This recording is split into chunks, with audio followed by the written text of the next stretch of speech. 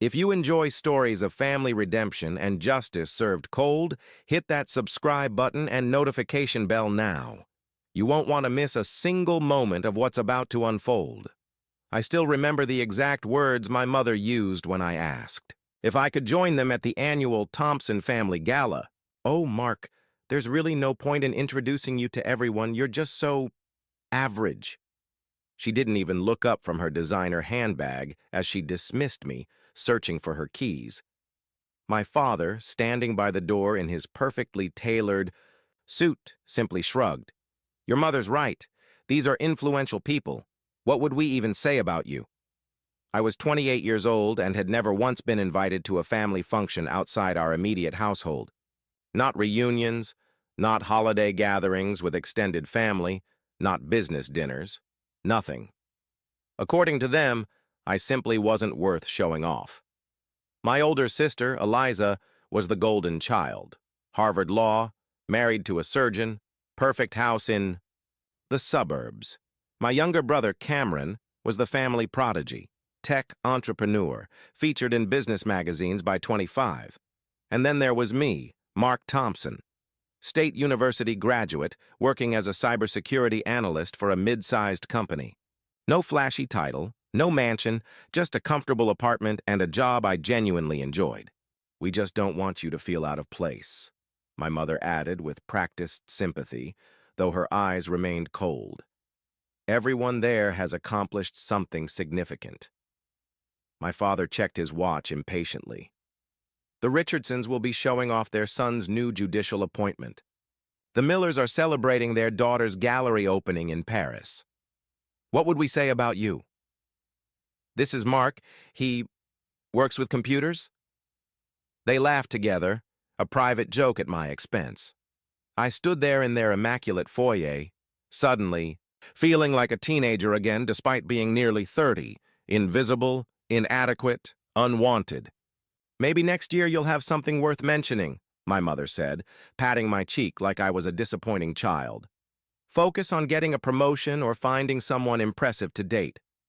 They left me standing there in their perfect house, with its perfect furnishings and family photos that somehow never included me prominently. As their luxury sedan pulled away, I realized with cold clarity that after nearly 3 decades, I was still waiting for them to see me as worthy of their acknowledgement. That evening would change everything, not because I decided to finally stand up to them, but because within 72 hours my face would indeed be splashed across the evening news, just not for reasons any of us could have imagined. Growing up as the middle child in the Thompson family meant existing in a permanent shadow. My parents weren't cruel in the conventional sense. I always had food, clothing, education. What they withheld was something far more damaging: their approval. From my earliest memories, I was the afterthought. My elementary school art never made it to the refrigerator. My high school graduation was attended with obvious obligation rather than pride. When I announced my college acceptance, my father's response was, "Well, at least they're giving you a partial scholarship." My life had been shaped by their perpetual disappointment. I learned to make myself small, to expect nothing, to find validation elsewhere. I built friendships with people who actually valued me, dated partners who saw past my family's dismissal. I constructed a life they knew nothing about because they'd never bothered to ask. What my parents didn't know, what they had never cared to discover, was that my average job in cybersecurity wasn't so average after all. I'd specialized in digital forensics and threat detection. My team handled sensitive contracts, including several government agencies. I wasn't just working with computers. I was protecting vital infrastructure and uncovering sophisticated attacks that could compromise national security. But I'd stopped trying to explain this years ago when my father cut me off during a holiday dinner to ask my brother about his latest funding round. The pattern was too established to break.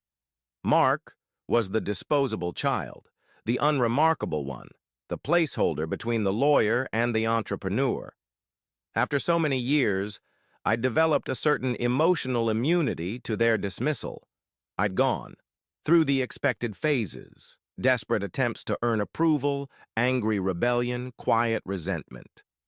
By 28, I'd reached something resembling acceptance. I had a good life despite them. Not because of them, or so I thought. But something about that dismissal in their foyer, that casual cruelty delivered without a second thought, reopened wounds I'd believed long scarred over. As I drove back to my apartment that evening, I couldn't shake a growing sense of unease, not just about my relationship with my parents, but about certain things I'd noticed recently at work, small inconsistencies in the network traffic, unusual access patterns, tiny deviations that most would miss, but that stood out to someone who'd spent years training their eye to spot the anomalous among the ordinary. Maybe being average had its advantages after all. No one suspected the unremarkable. No one watched the invisible man too closely. As I pulled into my apartment complex, my phone buzzed with a text from my boss. "Need you to come in tomorrow. Saturday emergency protocol. Level 3. Level 3 meant serious. Level 3 meant all hands on deck. I replied immediately, "I'll be there." 7 a.m. The response came seconds later. "Earlier if possible. Something big is happening." I looked at my reflection in the rearview mirror. Average, unremarkable, invisible, perfect for what was coming next. The Monday before the gala incident, I'd noticed something strange while running routine security checks, a pattern of data exfiltration so subtle it was nearly imperceptible. Whoever had designed it was brilliant. It mimicked normal traffic patterns almost perfectly, creating just enough statistical noise to hide in plain sight. Almost perfectly, but not quite. I'd flagged it to my immediate supervisor, Rachel, who had taken it seriously enough to authorize deeper monitoring. "Keep this between us for now," she'd said. "If it's what we suspect, we need to be extremely careful." What we suspected was an insider threat, someone within our client's organization, deliberately extracting classified information. Considering our client was a defense contractor with access to sensitive military technology specifications, this wasn't just corporate espionage. It was potential treason. By Wednesday, I'd narrowed down the source to a specific department. By Thursday, to a handful of possible users. I worked late into the night, building the case methodically, leaving no stone unturned. This kind of investigation required patience, precision, and discretion, qualities my family might consider boring, but that were absolutely crucial to national security. Friday morning, the day of my parents' dismissal, I'd found something that made my blood run cold. The data wasn't just being extracted. It was being packaged and prepared for imminent transfer to an external server with known connections to foreign intelligence. I'd immediately alerted Rachel, who escalated it to the highest levels of our security team and the client's chief security officer. No one knew exactly when the transfer would happen, but the preparations suggested it was imminent. Then came my parents' cutting remarks, the family gala I wasn't worthy to attend, and finally, the emergency text from my boss. Saturday. Morning arrived with gray skies and a sense of foreboding. I reached the office by 5:30 a.m. to find it already humming with activity. Rachel met me at the security entrance, her normally composed face tight with concern. "It's accelerated," she said without preamble as we walked quickly to the Secure Operations Center. "They're moving the data now. FBI's been notified, but they need us to track and document everything in real time." The operations center was in full crisis mode. Screens displayed network diagrams, code scrolled rapidly across monitors, and serious-faced colleagues worked with focused intensity. Our client's security team was patched in via secure video link, as were several individuals wearing suits whom I recognized as federal agents.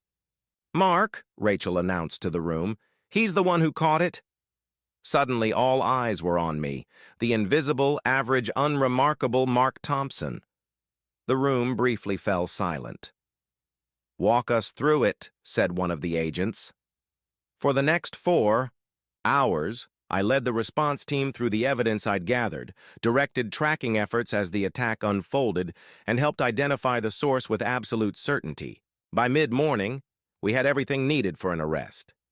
The insider was Victor Mercer, Senior Vice President of Research and Development at our client's organization, a respected industry figure, a decorated former military officer, and, as it happened, my parents' neighbor and a regular guest at their social gatherings, including the gala I'd been deemed too average to attend. The FBI moved quickly. They arrested Mercer discreetly but efficiently, right in the middle of the charity brunch portion of my parents' exclusive weekend gala. I wasn't there to see it, of course. I was still at the operations center, helping secure systems and assess damage. But I heard later that it caused quite the stir when federal agents in tactical gear interrupted the mimosa service. By Sunday morning, the story had broken wide open. A major espionage case involving military technology, a respected executive, leading a double life, the prevention of what officials called a significant compromise of national security. And there, on every major network's morning show, was my name. Mark Thompson, the cybersecurity analyst who had uncovered the plot. By Sunday evening, news vans were parked outside my apartment complex. By Monday morning, my phone was exploding with interview requests. The average son had suddenly become very visible indeed. The first call from my parents came Sunday afternoon, while I was still helping with the case documentation at the office. I let it go to voicemail. So did the second, third, and fourth calls. My mother's messages grew increasingly frantic. "Mark, darling, call us back immediately. Everyone's talking about you. The Hendersons asked for your contact information. Senator Wilson wants to invite you to a dinner next week. Mark, this is important." My father's voicemail was more direct. "Son, I always knew you had potential. We need to discuss how to handle all this attention properly. Call me back immediately. I can have our family publicist draft a statement." Family publicist. Of course. They had one. And of course, now that I was suddenly valuable, they were eager to claim me. I turned my phone off and focused on finishing my work, the real work that actually mattered. By Tuesday morning, the full extent of Mercer's betrayal had become clear. He'd been selling sensitive information for years, compromising projects worth billions and potentially endangering military personnel. The technology he'd been about to transfer was related to next-generation defense systems. I had stopped him. Average, unremarkable me. When I finally left the office Tuesday evening, Rachel pulled me aside. "There's someone here to see you," she said, nodding toward the lobby. "Government official. Says it's important." The woman waiting for me was in her 50s, with sharp eyes and a no-nonsense demeanor. She introduced herself as Director Wilson from a department she didn't specify. "Mr. Thompson," she said, "your work has impressed a lot of important people. We'd like to offer you a position with our organization, the kind of position that doesn't come with public recognition, but carries significant responsibility." I felt a strange calm settle over me. "The kind of position that's classified?" She nodded once. "You'd need to drop out of the public eye rather quickly. We can help with that. The media attention will fade if you stop engaging." I thought about it for exactly 3 seconds. "When do I start?" "Immediately," she said, handing me a secure phone. "Your first briefing is tomorrow morning." I nodded, already understanding what this meant. No fame, no public recognition, a return to invisibility. But on my terms, doing work that truly mattered. As Director Wilson turned to leave, she paused. "One more thing, Mr. Thompson. Several journalists have mentioned attempting to contact your family for statements about you. Do you anticipate any complications from that quarter?" I smiled slightly. "No complications, Director. My family and I aren't particularly close." She studied me for a moment, then nodded again. "Very good. Sometimes a certain distance from personal connections is an asset in our line of work." I understood the subtext perfectly. On Wednesday evening, exactly 5 days after being told I was too average to introduce to their social circle, I finally returned my parents' calls. "Mark, finally!"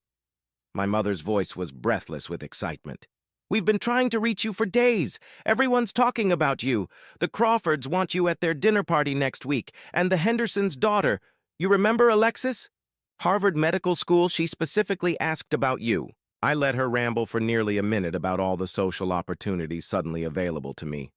To them, because of my newfound notoriety. "Mom," I interrupted finally, "I'm leaving town. New job. Very private. I won't be available for dinner, parties, or interviews." Silence on the other end. Then, incredulously, "What are you talking about? You can't just disappear now. Do you understand what doors are opening for this family? Your father has already mentioned your accomplishment to the board at his company. We're hosting a reception in your honor next weekend." "A reception," I repeated flatly. "For your average son who works with computers?" Another silence. Longer this time. Mark, my father's voice now, having apparently taken the phone. "Don't be childish. This is your moment. You need to capitalize on it properly. With our guidance—" "I don't need your guidance," I cut in quietly. "I never did. That's what you never understood. Now listen here." "No, you listen. For once." My voice remained calm, controlled. "I'm not interested in your social circles or your approval or your suddenly convenient pride. I'm taking a position that matters, doing work I care about. Work I've always done, whether you noticed or not." "But I won't be at your reception. I won't be taking calls from your friends. As far as you're concerned, I've gone back to being invisible. The difference is, this time it's my choice." I could hear them both protesting, their voices overlapping. In desperate attempts to regain control of the situation, to maintain access to their newly valuable son, I simply hung up. Then I blocked their numbers. My new life began the next day. I moved across the country to an undisclosed location, underwent intensive training, and disappeared from public view. The media attention faded quickly, as director Wilson had predicted, replaced by the next scandal, the next sensation. As for Victor Mercer, he received a lengthy prison sentence. The Thompson family gala became infamous for a very different reason than my parents had intended. Their social standing took a significant hit when their close association with a convicted traitor became public knowledge. I heard through former colleagues that my parents tried to leverage their hero son for months afterward, claiming inside knowledge of classified operations and special access to me. It didn't work. The social circles they valued so highly have little patience for obvious fabrications. It's been 3 years now. I've built a new life, formed new relationships with people who see me for who I truly am. My work is challenging, impactful, and, yes, largely invisible to the public eye. I've never attended another Thompson family function. I suspect I never will. My sister reached out once, tentatively, and we maintain occasional contact. My brother sent a brief congratulatory text after. The news broke, then nothing. My parents tried different numbers for months before finally giving up. Sometimes I think about that evening in their foyer, about the casual cruelty they'd dispensed throughout my life, never imagining it might someday matter. I wonder if they've learned anything from what happened. I doubt it. Being average taught me something valuable. True worth isn't measured by social status or family approval. Sometimes the most important work happens in the shadows, unrecognized and uncelebrated. Sometimes the most powerful position is to be underestimated, and sometimes the person everyone overlooks is the only one who sees what really matters. If you've ever been made to feel invisible or inadequate by the people who should value you most, remember this: your worth isn't determined by their recognition. The qualities others dismiss might be precisely what makes you exceptional in ways they'll never understand. Hit that subscribe button if you want more stories about justice, redemption, and the power of being underestimated. The truth always finds its way to the surface eventually.